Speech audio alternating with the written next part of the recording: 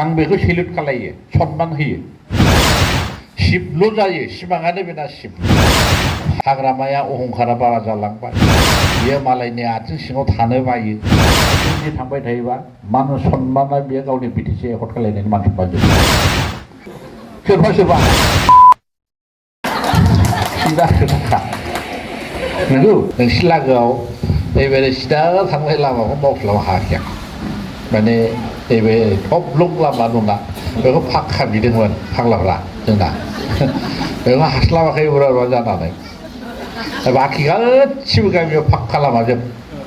दालाङाबो आंनि दिनाव थंफां दालाङा मोनसेल' थादोंमोन बनारगाव समस्तियाव आप टु साइथिंनिफ्राय एकदम हजोंसिम नङा दे दालाङा अबे मिथिगौ बिसोरो थानाया माबानि दावलाबारिनि बे गसाजों थांनाय खेलें दालाङा बेखौ हास्लाबाखै आं दंफां दालाङा बेल' थादों बाखि मोनसेबो थायाखै दै RCC बानायजोबखादों राजिब बांगाल मोनहा जेबो मावहायाखै फैबाय बिसोर मावनो होननानै फैयाखै बिसोरो दा बेखायनो आङो आगोलनिखौ फंनैसो बुंबाय दाना जाहैबाय जों मानो भट होनांगौ मानो देरहाहोनांगौ बेखौ फंनैसो बुंनो नागिरदों माने जोंनि बर'नि जानाखि राजनितिक बर' जातिनि जानाखि भबिसत बियो बिराद गाज्रि मोजां नङा आरो दा बेखायनो आं इलेक्सन गेलेयाखै टिकेटबो बियाखै आङो दा जोंनि BLTफोरनि एक्स BLT वेलफेयार ससाइटिनि आं आफादगिरि लानानै दङ जोंनि BLTफ्रा रिहेबिलिटेसन मोनाखै बुजिबाय गभर्नमेन्टनिफ्राय बिदिनो सारेन्डारनि नामाव एकर्ड खालायनायनि नामाव मोनामोन होनबा फैसाफोर बे जिनिसखौ जोंनि मानसिफ्रा मोनाखै बुजिबाय जायनाखि मिलिटारि साख्रि मोनदों बिसोरल' रिहेबिलिट जाबाय बाखि थालांनायफ्रा सोलाब सोलाब थैजोब्बाय माखासेया जोङो बिसोरनि फिसा फिसौफोरखौ एडमिसनाव फैसा होनो हाया थैबाय सोरबा सारादु खालायनोनो फैसाखौ जों हरनो हाया फैबाय खांनानै हरो जों सासेयाव 1000 खां आंनाव बियो लिडार जाबाय नालाय गावसिनि लिडार आं माजों हरनो नोंनो हरनो हागौ आं बिनिथ' बारा हरनो हाला सारादु खालायनोनो फैसा गैया जोंनाव बुजिबाय ओमफ्राय जोंनि BLTफ्रा बर' जातिनि सासे सासे हिर'थार जोङो नङा होमबा BTC लाबोनायखायसो जोङो दिनै इलेक्सननि लेक्सार होनो हादों इलेक्सन गेलेनो हादों नङाबालाय जों MLA MPल'सो मालाय होनबा गेलेबाय थायोमोन नङा नङा दा जोङो फैदों 100% नङाब्लाबो 80% बड'लेण्डखौ जों होफैदों BLTफ्रा बेखायनो जोङो जोंनि बर' जातिनि रक्षनाबेक्षननि थाखाय जिहेतु जों खामानि मावबोनाय बेखायनो आं दहाय बुंनाय एसे आगोल बुंनाया जोंनि बर' जातिनि जानाखि राजनितिक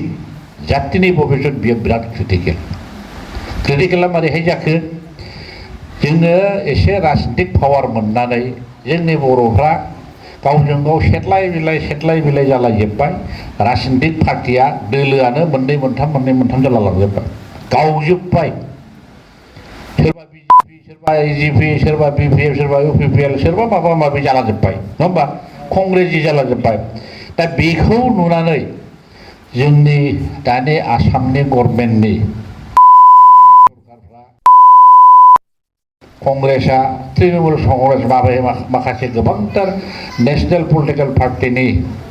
राजनितिक दैदेनगिरिफ्रा जोंनि BTCआव हाबफैबाय दा बे हाबफैनायानो जोंनि थाखाय बिराद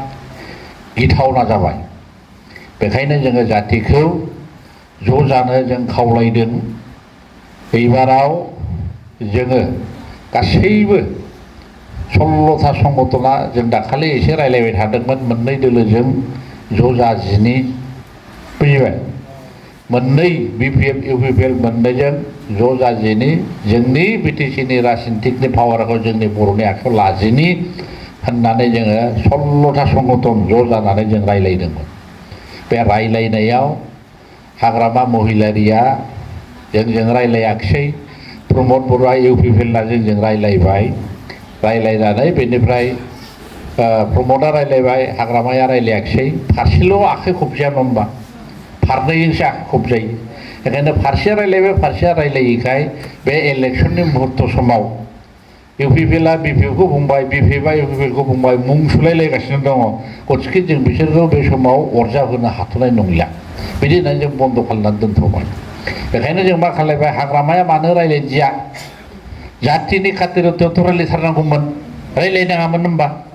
राजनितिकआथ' जोंनि जातिनिफ्राय देरसिन नङा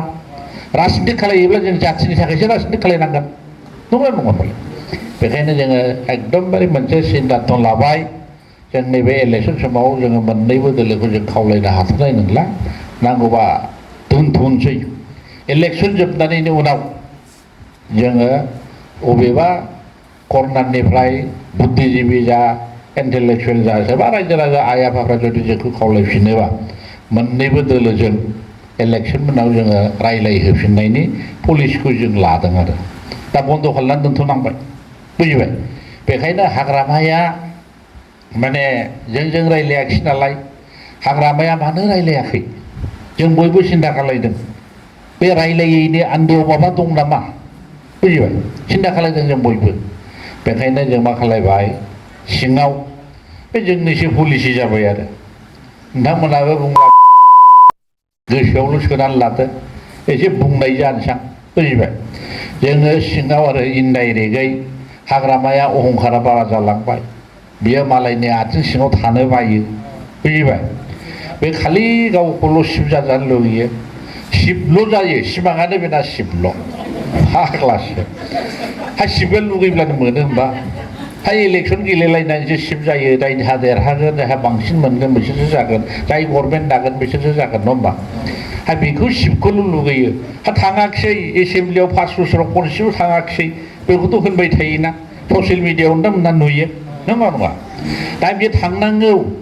अपोजिसन लिडार हिसाबैबो थांनांगौ जिहेतु बे जन्मदाता बिटिसिखौ गावनो लाबोदों लाबोआखै होनबा जों बर'फोरनि थाखाय बिराद मोजां खामानि मावदों बिएलटिफ्रा नङा नङा बे बिएलटिनि चेयारमेन जानानै बे सिगनेटरि दार बिटिसिखौ गावनो सृष्टि खालामदों जोनोम होथारदों नंगौ नङा बेखायनो प्रमद बर'आ शिब जादों मालाय मा जादों नों अपोजिसननि लिडार जानानै बिटिसिखौ गाइड खालायनांगौ नोङो खालायनाङामोन होनबा नों बिदा गेदेरसिन जादोंब्रा बिग ब्रादार्स जानानै नोङो एडभाइस खालाय थांनानै ओइ उमुक बे हामाखिसैना नंगौ नङा बेबायदि साजेसन खालायनांगौ बियो फोरोंनांगौ रोङैखौ आरो गोदान मानसि बे जुनियर मानसि प्रमदा नंगौ नङाबालाय बेखौ हेल्प खालायनांगौ जोङो दा बेनाव बेबायदि मेन्टेलिटि गैया होनबा आं बे प्रमदा आंनि उन्दैसिन नङा होमबा बिनि साननाया बे आं बिनि आथिं सिङाव बोरै थानो ओमफ्राय मा होनो बियो रिपर्टारफोर सोंब्ला इलिगेल गभर्नमेन्ट बियो होनलाबायो इलिगेलसो होनो फाग्ला इलिगेलबा 5 बोसोर बोरै गभर्नमेन्ट खालायो नङा दे मानसिया माबा जखार साइसो जालांबाय नङा नङाफालाय थारमाने मोनसेबो थोगोर गोनां खोथाखौनो बुंला माबा हा फानदों आङो हेलिकप्टार माने थावसो फैसा गैया होनलाबायो हेलिकप्टारा सानसेयाव 3 लाख 4 लाख थाङो बुजिबाय बेनि थाव सोनो फैसा गैया बाखिसो सोदों होनलाबायो दा बे खोथा जायोबा दा जानला बा जावलिया बाथ्रा बुंला जालांबाय बुजिबाय बेखायनो जोङो बेफोरबायदिजों जाथिखौ खांनांगौआ बिराद गोब्राब बेना बेनो खेमा बुजिबाय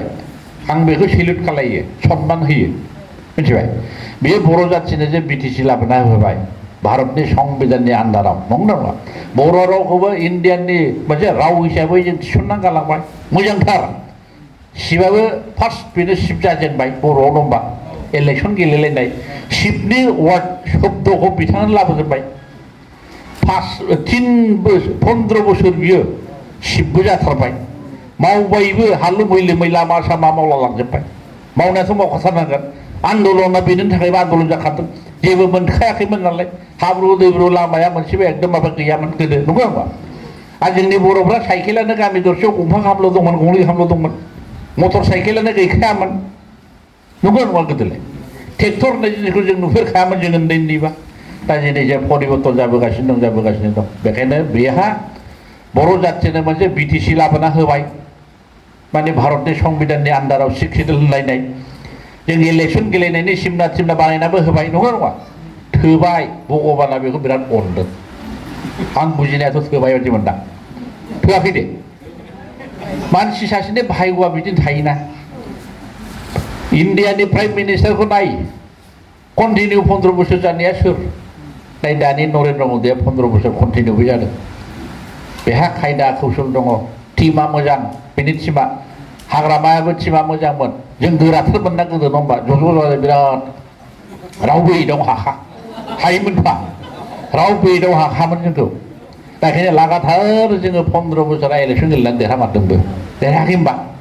गभर्नमेन्ट खालामथारबाय दा बिथाङा बिराद राजाफोर बायदि सरकार खालामनो हादों चिफ जानो हादों तरुण गगैयाबो कन्टिनिउ 15 बोसोर हादों किन्तु तरुण गगैया बेसा दा रुंसारि जालांबाय थैलांबाय किन्तु तरुण गगैयानो बिराद जोंखौ हेल्प खालामदों बेखायनो आं सान्दों गोदान गोदान ओंखारबाय जोलैयावनो होमबा जातिनि गेजेराव गोदान गोदान जेनेरेसन ओंखारबाय गोरों गोरों मानसि ओंखारबाय साननाय हनायफ्रा एसे साबसिननिफ्राय हामसिन जालांजोब्बाय जादोंना जायाखै फालाय बेखायनो हाग्रामाया जे मावदों बेहा बेखिनियानो लुगैथारनानै लाब गैला बियो आंनि बुजिनायाव अख्रा जानानै लाब गैला बियो सनमानखौ बियो दा रिटायार लानांसिगौ बैसोआ दंब्लाबो रिटायार लानांगौ बियो अब्ला बे बर' जाथिया बेखौ सनमान होगोन बे नङाब्ला बियो बुजिबाय आं होनबाय आरो खावलायदों आङो बिथांखौ नङाब्ला बिथाङा अख्रायैनो बिदि थांबाय थायोबा मान सन्माना बियो गावनि बिटिसि एकर्ड खालायनायनि मान सन्मान जोबगोन बिहा नङा दे एकदम मावजोबो रावजोंबो माबा जानाय नङा बे सैजानाय नङा बे गनायजानाय नङा बे एकदम बेखौ फट'फोरखौ गाफ्लेलाबायगोन बेखौ सावगोन सोरबा सोरबा हासुद्लाबायबो हागौ सिदा खोथाखा नंगौ जौ लोंग्राफ्रा फाग्ला फाग्ला ना माबा मिनिगारबायसोलै फाग्लाफ्रा ना उसुबिदा जादों होननाया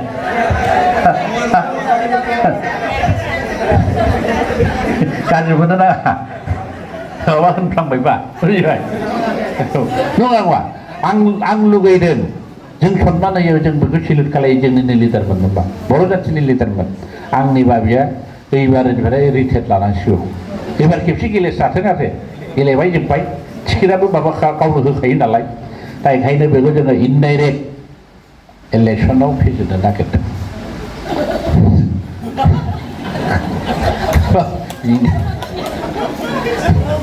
मा जाखो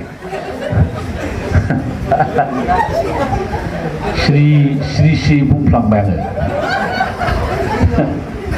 जाबाय दा खोथा गैया एकदम फेजेनथारनांगौ थारमाने हजोंहाय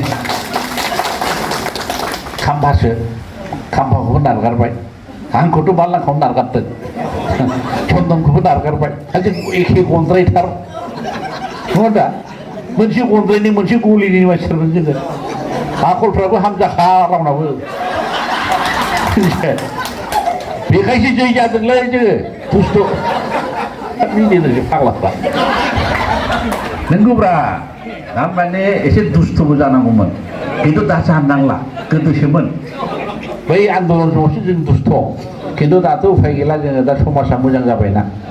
आइ आफाफोरखौ जों मोजां फोरोंनांसिगोन जोंनि उन्दैफोरखौ मोजां गियान होनांसिगोन गोग्गो समाजजों दानांसिगोन नङा बेखायनो आं बिथांखौ खावलायदों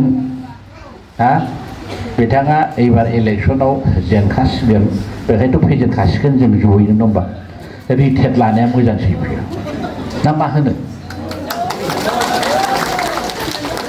एकदम फेजेनथारनांगौ बेयो अख्राया बारा जाबाय अहंखारिया बारा जाबाय अहंखारिया फोजोबनानै लायो गावखौनो बुजिबाय बा अहंखारानो गावखौ जानानै लायो आरो दा रावखौबो मानियालै बियो रावनिबो खोथा खोनासङा मानसिया मिथिबाय मा जातनिथाय बोरायनायखाय जाखो ना माखो बारानिफ्राय बारा जालांबाय